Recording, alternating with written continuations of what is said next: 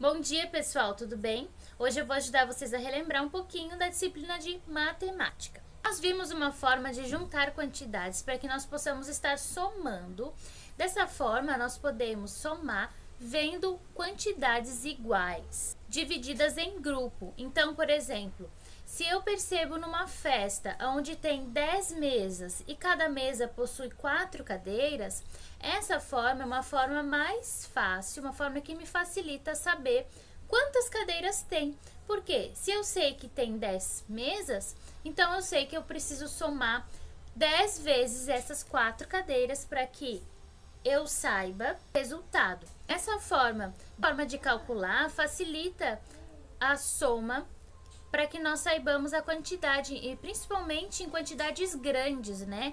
Quando são quantidades muito grandes, fica mais complicado contar de um em um. Então, dessa forma, nós conseguimos fazer os agrupamentos das quantidades para poder somar.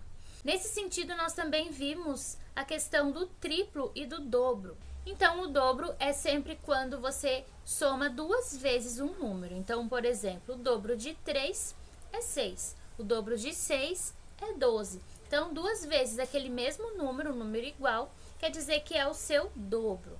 E o triplo quer dizer que é 3, então são 3 vezes aquele mesmo número. Então, se eu quero o triplo de 5, eu vou ter 15. Se eu quero o triplo de 15, eu vou ter 45. Por quê? Se eu pegar, eu quero o triplo de 15. Se eu pegar 15 mais 15 mais 15, eu vou ter o número 45, que foram 3 vezes o número 15. Nós vimos também uma forma de saber a quantidade, o tamanho, a proporção de objetos que nós vamos usar. Então, por exemplo, nós fazemos a medida de algum objeto, de algum tecido, de fitas. Sabendo a medida de um objeto que nós vamos precisar, por exemplo, eu preciso forrar uma caixa. Então, como que eu vou saber a quantidade de papel, de tecido que eu vou precisar para poder forrar essa caixa? Para não desperdiçar o material, para não faltar também material. Então, dessa forma, é interessante que nós façamos a medida. Então, nós podemos medir usando fita métrica, régua, trena, para saber o tamanho das coisas, para poder fazer esse cálculo também.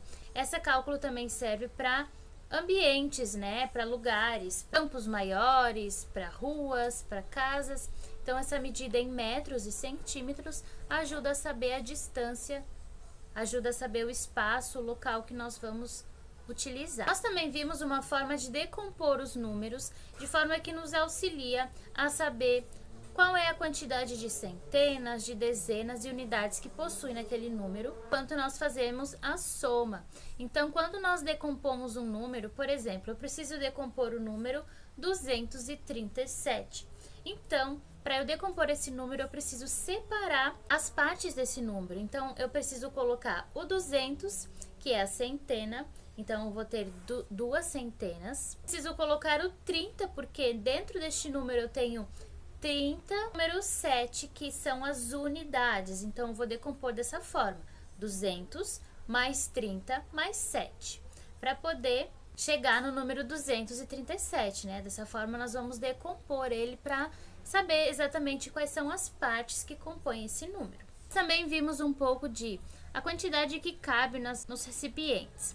Tudo isso faz parte da matemática. Esse cálculo de imaginar quanto que caberia em um copo, quanto que caberia em uma piscina, em uma caixa, quantos litros, né? Quando nós falamos de líquidos, nós representamos por litros ou ml.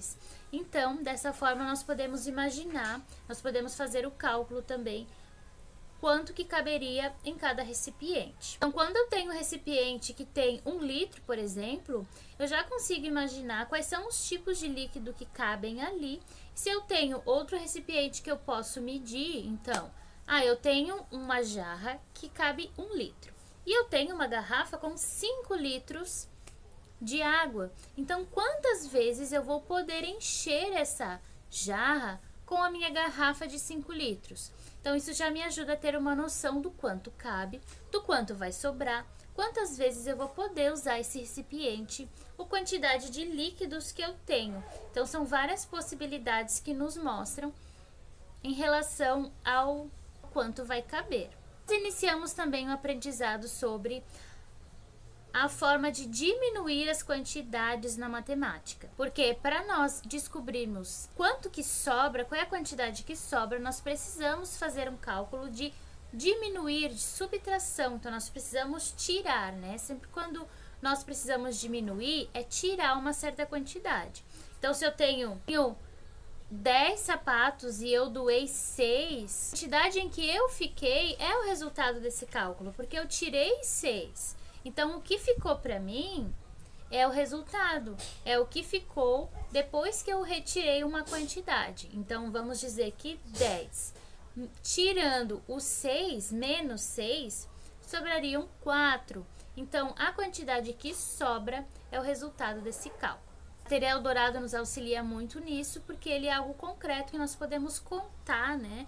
Ver ali o resultado, nós podemos tirar e colocar. Então, dessa forma, nos ajuda bastante também a realizar os cálculos. Eu espero que eu tenha ajudado vocês a relembrarem sobre o que nós falamos nesse último mês.